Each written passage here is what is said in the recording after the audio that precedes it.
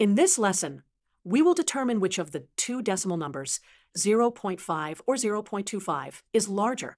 We will also explain the comparison process. Let's begin by writing the decimals. Here we have 0.5 on the left and 0.25 on the right. When comparing decimals, it's useful to think about their fractional equivalents first. 0.5 is equivalent to 1/2. 0.25 is equivalent to 1/4. Now it's easier to see that 1/2 is larger than 1/4. Therefore, 0.5 is greater than 0.25.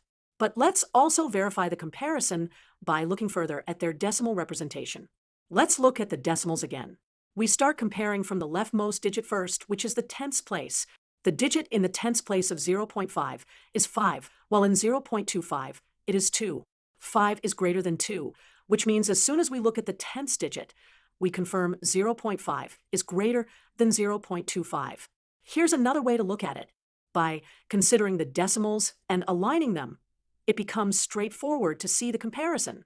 Therefore, we can confidently conclude that among the numbers 0.5 and 0.25, 0.5 is indeed larger.